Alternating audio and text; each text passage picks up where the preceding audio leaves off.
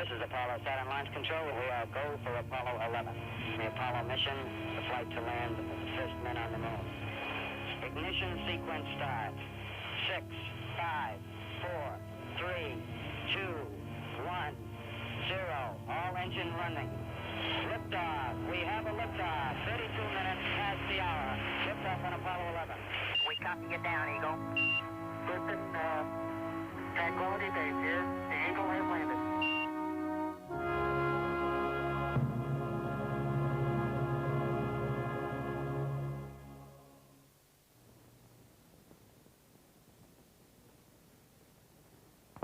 Ignition. Liftoff.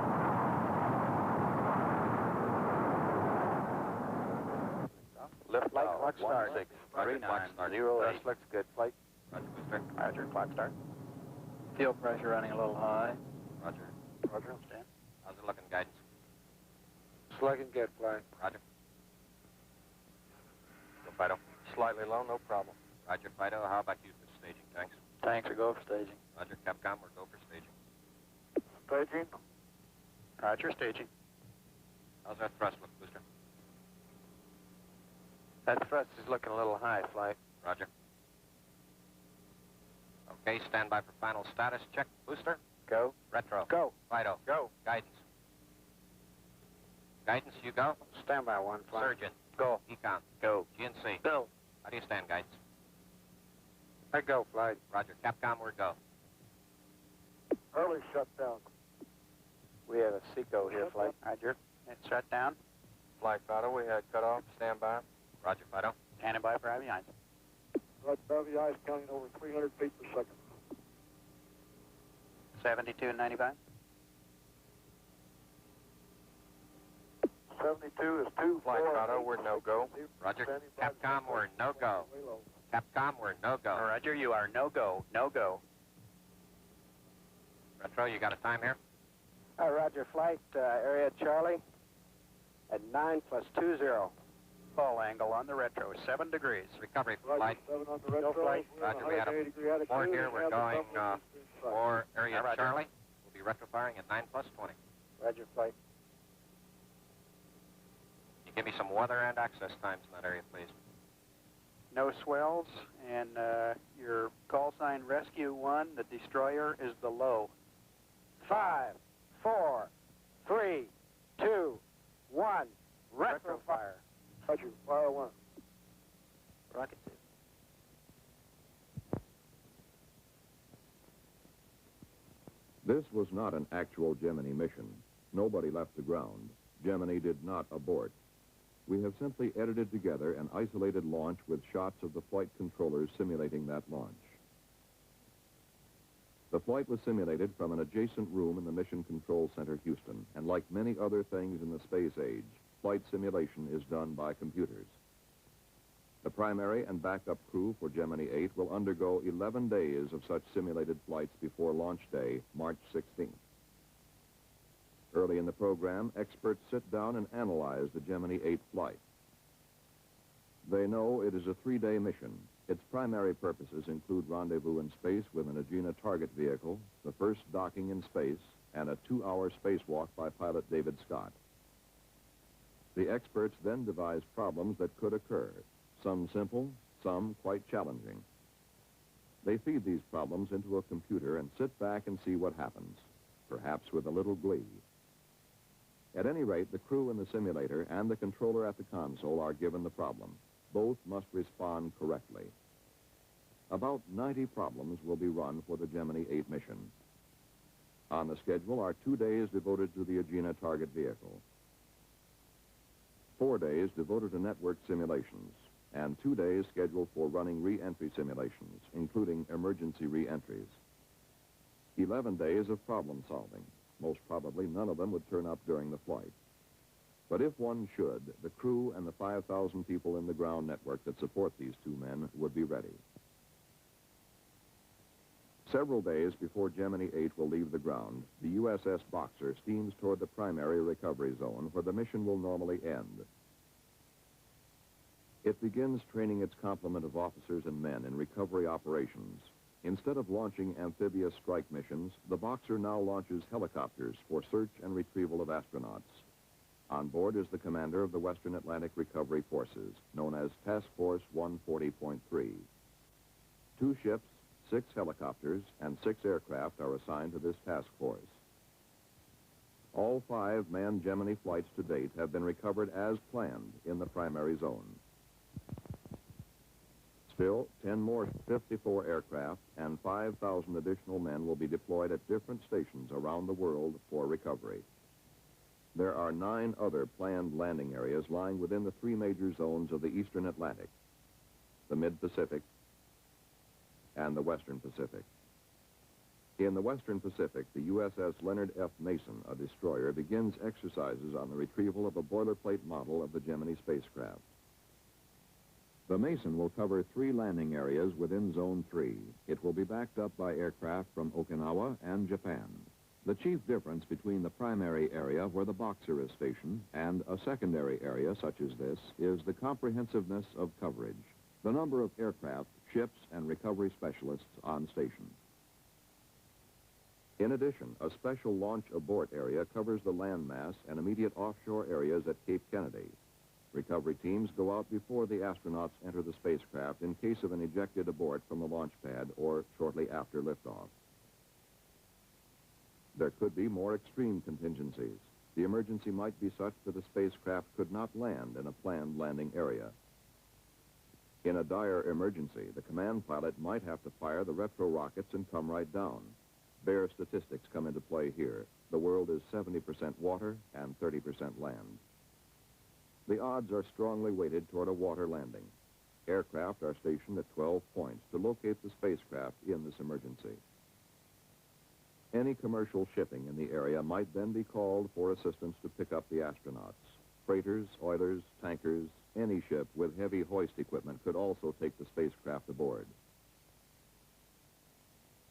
If the crew comes down over land, they would use the ejection seats, leave the spacecraft, and land by parachute.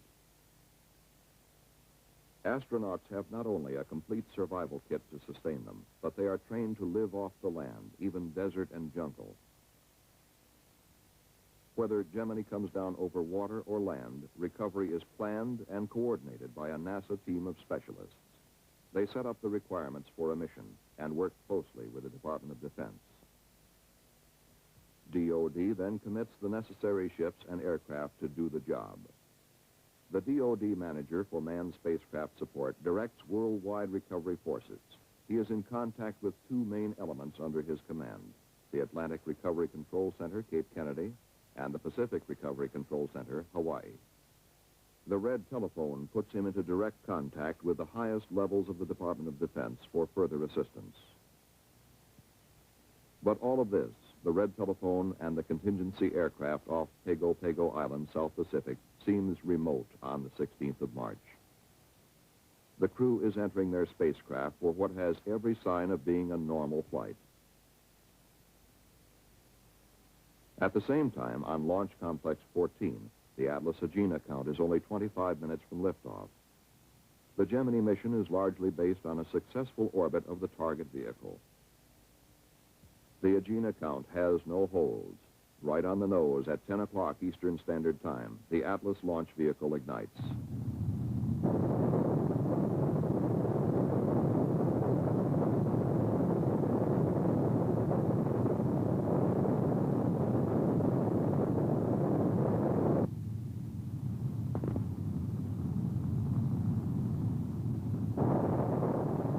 Atlas has 3 main propulsion engines which ignite at liftoff. 2 are booster engines and 1 is a sustainer engine. The booster engines cut off first, some 2 minutes, 40 seconds into the flight.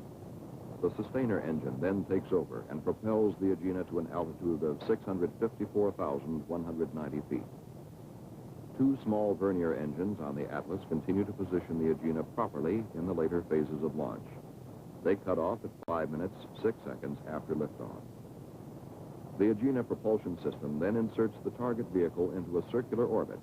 Today, the flight plan calls for a circular orbit of 161 nautical miles. Something close to that would be acceptable. the Agena propulsion system can be started from the ground and a burn completed to change the orbit. But as the final figures come up to the flight dynamics officer, no in-flight burns will be needed.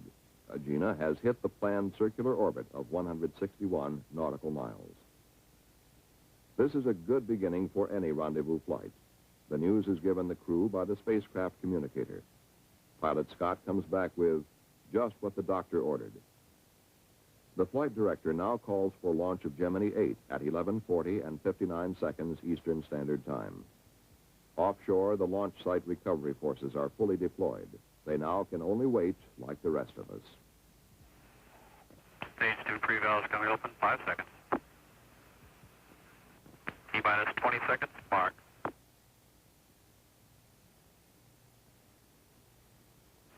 10, 9, 8, 7, 6, 5, 4, 3, 2, 1.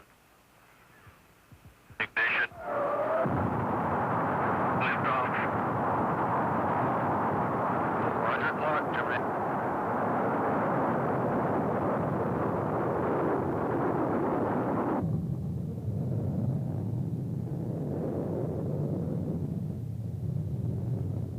Yes, 5 minutes.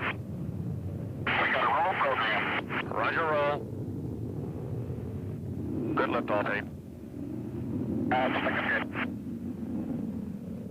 Our roll is in. We have a pitch program. Roger, pitch program. The liftoff came as Flight Director Hodge had requested, 11:40 and 59 seconds.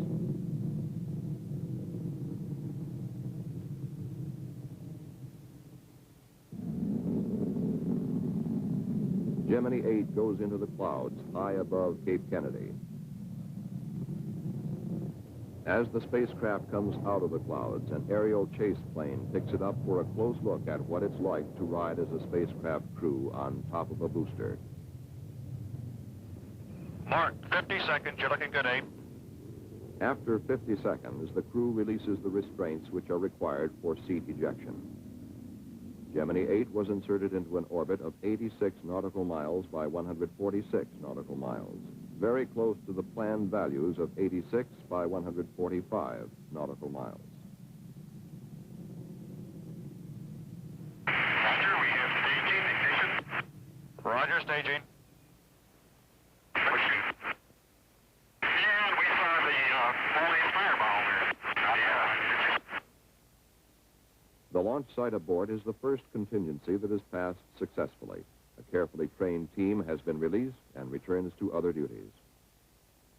With 2 good orbits, target vehicle and spacecraft, Gemini 8 had a head start on rendezvous and docking.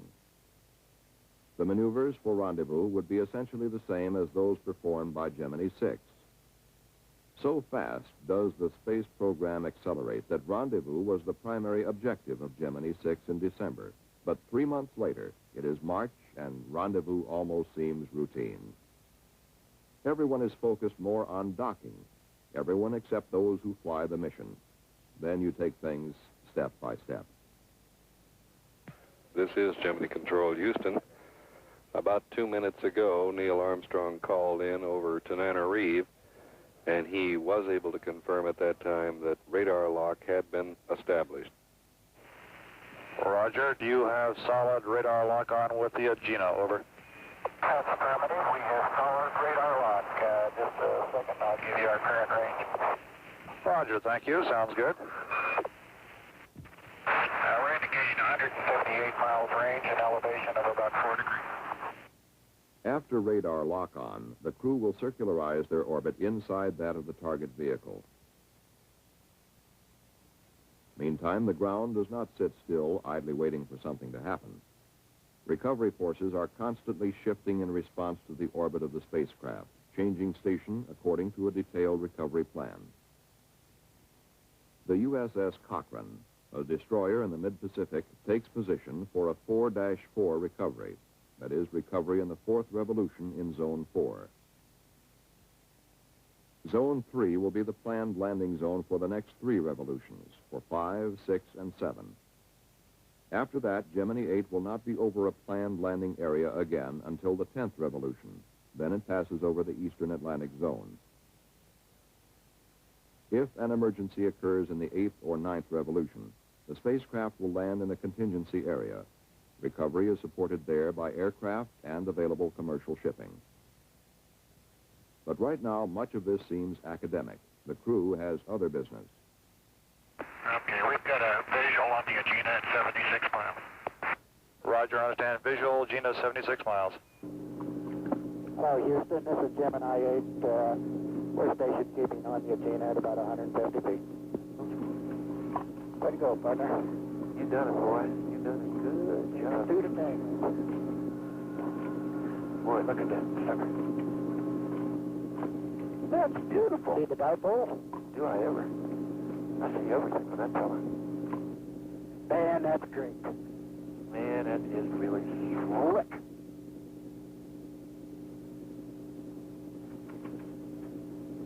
A bit of all right. Okay, the first thing we really have to do, platform parallel, is from 650 to 710. And they're giving us the SPC loaded yaw maneuver. It looks like at nominal time. So they're going to give you that time. I'll check your little status display for you. I bet those Lockheed guys are just jumping up and down. The S10 is on. Yeah. Okay. We are looking at the left or command pilot's window as the station keeping exercise with Agena begins. Gemini 8 had no difficulty in maneuvering in the vicinity of the Agena. The onboard film, as in past flights, was at 6 frames per second and is being projected at 4 times that speed. After station keeping for 35 minutes, Command Pilot Armstrong begins to move in closer to Agena, preparing his final docking approach. Both vehicles are traveling at approximately 17,500 miles per hour. We are looking at the target docking adapter end of the Agena. The command pilot makes a docking approach by applying very small thrust increases to Gemini 8. The maximum velocity difference between the two vehicles at docking will be about 1 foot per second. When the command pilot is about 2 feet from the Agena, he will pause until he gets a go from the Rose-Knot Victor. The double check has been completed. Okay, Gemini 8, we have cams solid. You're looking good on the ground. Go ahead and dock. I think we're going to hold off on this SPC thing until he does get docked. Okay, go ahead with your memory compare. Roger. Let us know what you get out of that.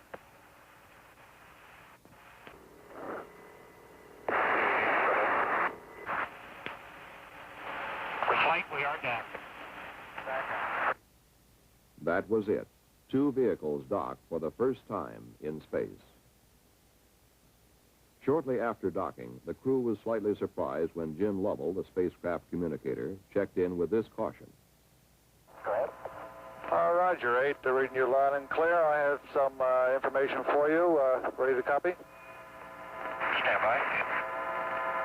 What kind of information is it? If you run into trouble and the attitude control system of the Agena goes wild, just send in command 400 to turn it off and take control with the spacecraft. Did you copy that? Roger, we understand. It was a routine check. You punch 400 into the onboard computer. This automatically turns off the attitude control system of the Agena. If the problem is Agena control, that ends it. Minutes later, Gemini 8 passed out of communications range beyond the island of Madagascar. The crew was preparing to begin a series of docking exercises. And the Mason was between stations. It had left 5-3 and was headed for a 6-3 recovery zone. Since we were in the 5th revolution, the retrofire experts were routinely updating their retrofire times. These are usually planned for 6 revolutions ahead and stored in the onboard computer. It was about this time that Jim Lovell almost qualified as the space prophet of the year. For 7 hours after liftoff and 27 minutes of normal docking, an excessive yaw and roll motion occurred. The crew punched up 400, but the trouble was not in the Agena. Unable to find an immediate answer, Mr. Armstrong undocked. The roll rate continued to build up, reaching about 1 revolution per second. Struggling to regain control, Mr. Armstrong was forced to fire the re-entry thrusters and gradually reasserted control over the spacecraft. Neither crewman experienced any loss of orientation. Gemini never approached a critical structural strain. Once the re-entry thrusters are fired, there is the possibility of fuel leakage in orbit, leaking of fuel essential for re-entry. The flight had been highly successful through 27 minutes of docking, but final action rests squarely on the shoulders of this man, the flight director. A decision came quickly. Fuel readings were too low. Abort. That was the first decision. Others follow. Where do we recover? A stream of facts flow into Flight Director Hodges' console. Exact orbital position. Weather in the Pacific. Available daylight in recovery zones. And the whereabouts of the USS Mason. A destroyer which had repetitiously practiced picking up a boilerplate model of Gemini in the waters of the Pacific came into its own. Millions of people suddenly learned that it existed. With Gemini stabilized in flight, there were several advantages to delaying re-entry for another orbit. The retrofire officer would have an exact reading on retrofire times, and the crew could prepare for re-entry, and aircraft could be on station at splashdown. This is the way it would be. The NASA coordinator leans over toward the DOD console. We want to recover in 7-3. The DOD manager immediately punches the button, which puts him in contact with Pacific Recovery Control, Hawaii. Hawaii alerts the captain of the Mason. He swings around and heads for 7-3, making 30 knots. Search aircraft scramble from Okinawa. They will be over the predicted landing point 10 minutes before the spacecraft splashes down. As Gemini 8 begins its 7th and final revolution, weather is excellent in the splashdown area. The crew is busy. The command pilot has time for only this brief reflection. I'd like to argue with them about going home, but I don't know how we can. That was all. Gemini 8 sweeps past Ascension Island. Retrofire will come up over Kano, Nigeria. Air-to-ground communications are broken, but the rockets fire right on the nose. The crew begins their descent through the atmosphere. This is the view they will see for a long time. The high peaks of the Himalayas. After these forbidding mountains, the sweep of the Pacific will look friendly and hospitable. Waiting for Gemini 8 are rescue aircraft circling in the landing area, ready to pick up an electronic signal from the spacecraft. 2 aircraft from Okinawa were originally assigned here, but 5 others were quickly alerted and added to the recovery team. When Gemini 8 is only 3 miles away, a C-54 catches sight of it on the main landing parachute. After that, landing is almost routine, and Gemini 8 landed within 2 miles of the predicted impact point. The first pararescue swimmer in the water is Airman First Class Neal. Airman Neal is a veteran of combat rescue work and a good man to have on your side. He was quickly followed by 2 other rescue swimmers. It was early afternoon in the Pacific, but almost 11 o'clock at night in the Atlantic, where the USS Boxer had waited. The Mason, 3 hours away at splashdown, reached the area at 3:17 p.m. local time. Crew and spacecraft, both in good shape, were soon aboard. Within 72 hours, NASA scientists would pin down the source of trouble. A short circuit in the wiring of the number 8 yaw thruster had caused it to fire erratically. The possibility of this failure recurring is slight, but a master switch has now been added to the Gemini spacecraft. The crew can throw this switch and cut off all power to the attitude thrusters in any future flight. Once the difficulty was corrected, we could take time out to realize that Gemini 8 had brought us closer to lunar exploration by demonstrating the first successful dock in space.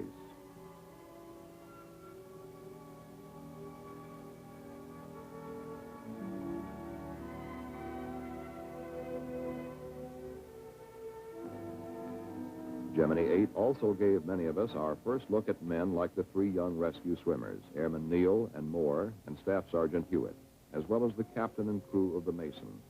Men who are there in every flight, on remote stations, doing their duty and doing it well. It was these men who sighted Gemini 8 on the parachute and took the crew and spacecraft safely aboard the Mason.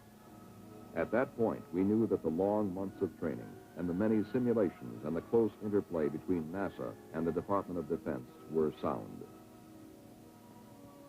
The mission is ended. The control room is empty, but it will soon fill up again as simulations begin for the next flight. We had achieved our first docking in space. We experienced our first orbital abort. In both cases, Gemini 8 came through with flying colors.